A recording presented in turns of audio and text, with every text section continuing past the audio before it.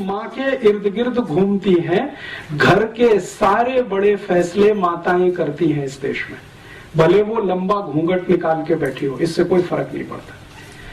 मैंने राजस्थान में क्या, मध्य प्रदेश में क्या, भारत के उत्तर में क्या, कहीं भी देखा है, छोटे छोटे गांव में देखा है, लंबा घूमट निकाले हुए महिलाएं घर के फैसले लेती हैं। एक बार ऐसे एक बहुत महत्वपूर्ण केस में मुझे अनुभव हुआ। मेरा एक दोस्त है, वो अपनी बहन की शादी करने के लिए एक गांव में गया, पश्चिमी उत्तर प्रदेश में। तो जिस घर का लड़का था वहां पर हम बैठे, तो उनकी माँ, लड़के की माँ लंबा घूंघट निकाल के बैठी थी। तो लड़के के पिता भी वहीं बैठे थे, लड़का भी बैठा था। तो हम सब बात कर रहे थे कि देखो लड़की ऐसी है, ऐसी है, ऐसी है, आपको मंजूर है? तो पिता ने तुरंत हाँ बोला, लड़के ने हाँ बोला। वो जो माँ लंबा घूंघट निकाल के बैठी थी, उसने कहा बस इतने में पिता उठ गया, लड़का उठ गया, अंदर गए और बाहर आके कहा कि शादी नहीं हो सकती। क्यों? हमने कहा भाई क्या कमी है? तो कहा हमारी माता जी ने पहले एक लड़की पसंद कर रखी है, बस फैसला तो उन्हीं का है। तो हम ये जो कई बार गालियां देते हैं ना, हमारी महिलाएं तो अशिक्षित हैं, अनपढ़ हैं, घूंघट निकाल के बैठी, फैसला वही करती हैं। महत्व जो है ना वो फैसले का है, पिता फैसले नहीं करता। पिता की भूमिका तो व्यवसाय तक इस देश में सीमित है, घर की भूमिका पूरी तरह मां के हाथ में है। तो यहाँ का जो परिवार है वो मात्र सत्तात्मक है, और जब मात्र सत्तात्मक है तो उसमें संबंध तो बहुत दूर तक होते हैं, क्योंकि मां तो संबंध की शुरुआत है, संबंध ही पहला बनता है वो मां का है। तो मां से निकलते हुए फिर संबंध चलते हैं, और संबंध चलते हैं तो परिवार और कुल और वंश बड़े होते हैं। तो हमारे यहाँ जो परिवार की कल्पना है उसके केंद्र में मां है। वो राम का देख लो, कृष्ण का देख लो, या और वसुदेव का देख लो, या भारत में चंद्रगुप्त विक्रमादित्य का देखना हो तो देख लो, हर्षवर्धन का देखना हो तो देख लो, या चाणक्य का देखना हो तो देख लो, किसी का भी देख लो, सभी के केंद्र में मां है। और ये जितने महान लोग जिनको हम बार बार नमन करते हैं, याद करते हैं, उनसे पूछो कि भाई आप अपने जीवन में सबसे ज्यादा आभारी किसके प्रति हैं, तो वो कहते हैं हमारी मां के प्रति आभारी है। वो है तो हमको ये संस्कार है, नहीं होती तो शायद ये नहीं होता। तो संस्कार देने का काम मां। भारत की सारी कविताओं के केंद्र में मां है, जो बच्चों को सिखाई जाती है बचपन से लेके और दूर तक। माने स्त्री हमारे केंद्र में है, महिला हमारे केंद्र में है, मां हमारे केंद्र में है। तो मां के केंद्र होने से परिवार की व्यवस्था कुछ इस तरह की है, मात्र सत्तात्मक है।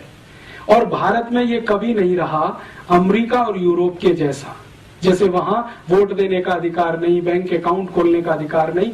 आप जानते हैं कि इस भारत में माताओं ने ऋग्वेद की ऋचाएं लिखी हैं, यजुर्वेद की ऋचाएं लिखी हैं, सामवेद की ऋचाएं लिखी हैं। उपनिषदों में बहुत सारा कंट्रीब्यूशन माताओं का है। मेरे एक परिचित हैं, आर्य समाजी हैं, बहुत बड़े वेद के प्रकांड पंडित हैं। मैंने उनसे एक दिन पूछा कि वेद में कुल कितनी ऋचाएं हैं और उसमें से कितनी महिलाओं की हैं, तो उनका 37 से 40% महिलाओं की लिखी हुई है। और उनके अलग अलग नाम हैं जो हम जानते हैं अलग अलग समय पर।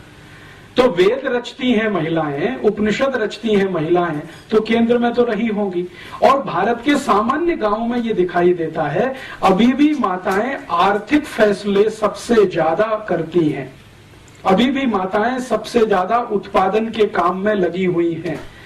इस देश में जीडीपी का जो यूरोपियन अमेरिकन पैमाना हम छोड़े और भारतीय पैमाना कोई बनाए, तो हाईएस्ट जीडीपी कंट्रीब्यूशन माताओं के द्वारा ही है इस देश में।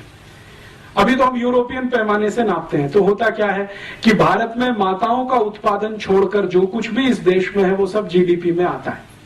लेकिन माताओं का उत्पादन हमने कभी जीडीपी में लाया नहीं, क्योंकि नकल हमने उनकी कर रखी है। वहां पे माताएं पापड़ बनाती हैं, चिप्स बनाती हैं, बड़ी बनाती हैं, अचार बनाती हैं, सब्जियां बनाती हैं, रोटियां बनाती हैं, वगैरह वगैरह बहुत कुछ बनाती हैं। वो जीडीपी में इंक्लूड नहीं है, क्योंकि नकल हमने वहां से की हुई है, पितृसत्तात्मक समाज से।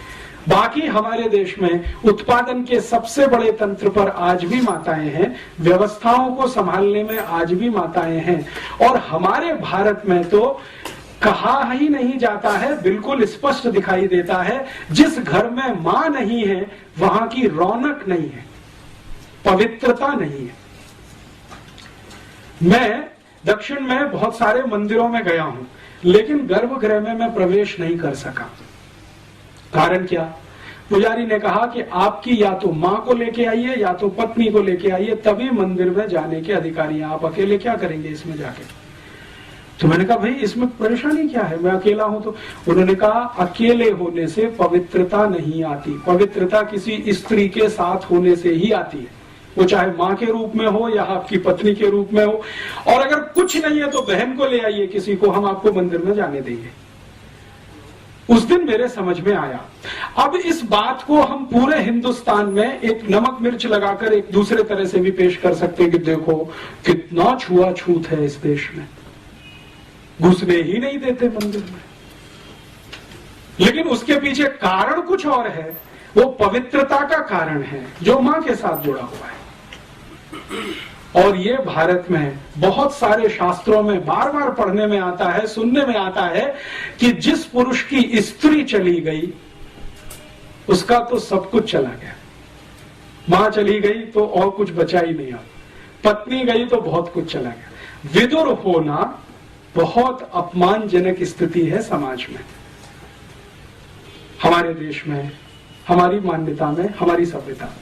तो क्यों है? क्योंकि मात्र सत्तात्मक है सब कुछ।